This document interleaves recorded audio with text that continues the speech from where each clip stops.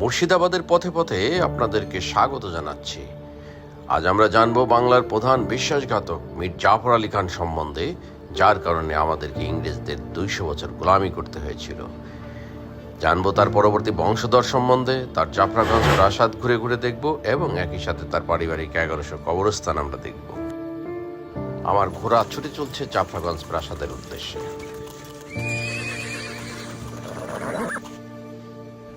আমি পৌঁছে গেছি মীর জাফরের প্রাসাদের সামনে। মূল প্রাসাদ ধ্বংসস্তূপে পরিণত হয়েছে আগেই। এখন বিশ্বাসঘাতকতার প্রতীক হিসেবে শুধু এই গেটটি অবশিষ্ট আছে। বর্তমানে মানুষ এটাকে নিমক হারাম দেউরি নামে চিনে। ইতিহাসের এক কুখ্যাত অধ্যায় পলাশির যুদ্ধ। সেই কুখ্যাত বিশ্বাসঘাতক মীর জাফর, যার বাড়ি এটা, বর্তমানে এটাকে নিমক হারাম দেউরি বলা হয়। আসলে এটা এখন এক ধ্বংসস্তূপ হিসেবে আছে। দেখুন, এটাই মেইন গেট, আর পিছনে ধ্বংসাবশেষ মতো আছে। পলাশির যুদ্ধে নবাবের পরাজয়ের পর এখানে মিরনের নির্দেশে মোহাম্মদ বেগ নবাবকে হত্যা করেন। আমি এই মুহূর্তে দাঁড়িয়ে আছি নিমক হারাম দেউরির সামনে। দেখুন, ইটের সাইজ এবং গাঁথনি দেখে বোঝাই যাচ্ছে এটা কয়েকশো বছরের পুরনো। এখানে একটা সাইনবোর্ড আছে, এখানে লেখা পর্যটক প্রবেশ নিষেধ, ইমামবাড়া অ্যান্ড হাউস অফ নবাব সৈয়দ মোহাম্মদ জাফর আলী খান। যদিও পর্যটক প্রবেশ নিষেধ, তবু আমি একটু ঝুঁকি নিয়ে সামনে এগিয়ে গেলাম। মীর জাফরের প্রাসাদ যেখানে ছিল, আমি এখন ঠিক সেখানেই এসেছি। আগেই বলেছিলাম, প্রাসাদের অল্প কিছু ধ্বংসস্তূপ ছাড়া আর কিছুই অবশিষ্ট নাই। পলাশির পরাজয়ের পর নবাব সিরাজউদ্দৌলাকে বন্দী করে এই প্রাসাদেই নিয়ে আসা হয়। এই প্রাসাদেই নতুন নবাব বিশ্বাসঘাতক মীর জাফর অন্যদেরকে নিয়ে সিরাজউদ্দৌলার ব্যাপারে বৈঠক করেন। বৈঠকে মীর জাফর নির্বিকার ছিলেন। তখন মিরন বলেন, বাবা আপনি বিশ্রাম নিন, আমি এদিকটায় দেখছি। এবং 2রা জুলাই মিরনের নির্দেশে মোহাম্মদ বেগ নবাব সিরাজউদ্দৌলাকে ঠিক এইখানটাতেই হত্যা করেন। এবার ডান দিকে দেখুন, এখানে একটা সবুজ বিল্ডিং হয়েছে, এটা নতুন, এটা ইমামবাড়ার অংশ। এখানে মীর জাফরের পরবর্তী জেনারেশনে কিছু লোক থাকে। আমি ওখানে গিয়েছিলাম এবং তাদেরকে জিজ্ঞেস করলাম তারা মীর জাফরের বংশধর কিনা। তিনি অস্বীকার করলেন এবং আমাকে ওইখান থেকে দ্রুত চলে যেতে বললেন, এবং আমি আসলে আর দেরি করে নিয়ে চলে এসেছি। আসলে ইতিহাসের সত্য বড়ই কঠিন আর নির্মম।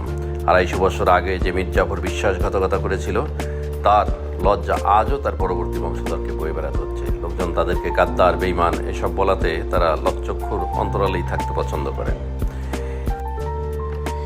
এটাই মনে হয় মীর জাফরের প্রাসাদের শেষ ধ্বংসস্তূপ, যা আজও বিশ্বাসঘাতকতার প্রতীক হিসেবে কালের সাক্ষী হয়ে দাঁড়িয়ে আছে। মীর জাফরের অভিশপ্ত বাড়ি থেকে বের হয়ে আমরা মেইন গেটে চলে আসি। এখন আমরা যাব তার পারিবারিক কবরস্থানের দিকে। আমি এখন দাঁড়িয়ে আছি তার পারিবারিক কবরস্থানের সামনে, তাদের যে পারিবারিক মসজিদ সেখানে, যেখানে মীর জাফররা নামাজ পড়তেন। এটাই মীর জাফরের পারিবারিক ঐতিহাসিক 1100 কবরস্থান। এখানে মীর জাফর, তার 3 স্ত্রী, তার সন্তানদের কবর রয়েছে। শুধু মিরনের কবরটা এখানে নেই, তার 2টা বাজ পাখির কবরও এখানে আছে। এছাড়া পরবর্তী যে বংশধর তাদের কবর এখানে। বাংলার প্রধান বিশ্বাসঘাতক মীর জাফর খুব সযত্নে এখানে আছেন। এই যে বড় যে বেদিটা দেখছেন, এটাই মীর জাফরের কবর, একেবারে শ্বেত পাথরে বাধাই করা, খুবই সযত্নে আছেন। জানি না মানুষ শ্রদ্ধার সাথে না ঘৃণা ভরে আসলে তার কবর পরিদর্শন করতে আসে। আমি এসেছিলাম মূলত ঐতিহাসিক জায়গা হিসেবেই। তারপর সেখান থেকে আমরা বের হয়ে আসি। এটাই তার পারিবারিক মসজিদ। এখন আমরা যাব কিল্লা নিজামতের দিকে। যেতে যেতে আমরা মীর জাফর সম্বন্ধে একটু জানি। মীর জাফর ইরানের নাজাবি বংশের লোক। তিনি ভাগ্যনাশনে বাংলায় আসেন, এসে নবাব আলীবর্দী খানের অধীনে চাকরি করেন। বর্গীদের দমনে তিনি বিশাল ভূমিকা রাখেন এবং নবাব আলীবর্দী খানের প্রধান সেনাপতি হন। 1756 সালে নবাব আলীবর্দী খানের মৃত্যুর পর বাংলার সিংহাসনে বসেন নবাব সিরাজউদ্দৌলা। মীর জাফর এটা মেনে নিতে পারেননি। তার খায়েশ ছিল নিজেই নবাব হবেন। তাই তো ইংরেজদের সাথে হাত মেলান এবং ষড়যন্ত্রের মাধ্যমে সিরাজউদ্দৌলাকে উৎখাত করেন এবং তাকে হত্যা করেন। নবাব মীর জাফরের ছিল 3 স্ত্রী। প্রথম স্ত্রী শাহ খানম, যিনি নবাব আলীবর্দী খানের বৈমাত্র বোন। তার সন্তান মীর সাদিক মিরন। মিরন ছিলেন যেমনই দুর্ধর্ষ তেমনই নিষ্ঠুর। তিনি শুধু নবাব সিরাজউদ্দৌলাকেই হত্যা করেননি, নবাব সিরাজউদ্দৌলার পরিবারের 17 জনকে খাবারে বিষ মিশিয়ে তিনি হত্যা করেন এবং সিরাজউদ্দৌলার পরিবারের মহিলাদেরকে তিনি নৌকা ডুবিয়ে হত্যা করেন। মিরন সিরাজউদ্দৌলার পরিবারের মোট 300 জনের লিস্ট করেন হত্যা করার জন্য, কিন্তু বজ্রপাতে তার মৃত্যু হয়। তার আশা নিরাশায় পরিণত হয়। মীর জাফরের বাকি 2 স্ত্রী ছিলেন লখনৌর বাইজি, নবাব সিরাজউদ্দৌলা এবং তার ভাই ইকরামউদ্দৌলার বিয়ে উপলক্ষে এই বাইজিদেরকে মুর্শিদাবাদে আনা হয়, কিন্তু মীর জাফর এই বাইজির রূপে মুগ্ধ হয়ে তার প্রেমে পড়ে যান এবং তাকে হেরেমে রেখে দেন। পরবর্তীতে মীর জাফর বাইজি মুন্নিবাই এবং বুব্বুবাইকে বিয়ে করেন।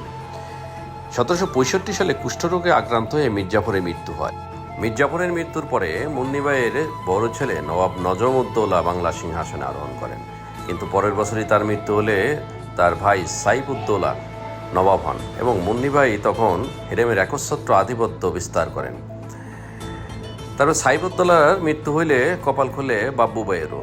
তার ছেলে মোবারকউদ্দৌলা বাংলা সিংহাসনে বসেন। তখন তার মা বাব্বুবাই কিল্লা নিজামতের দায়িত্ব পান, কিন্তু পরবর্তীতে ওয়ারেন হেস্টিং তাকে সরিয়ে মুন্নিবাইকে এই দায়িত্ব দেন।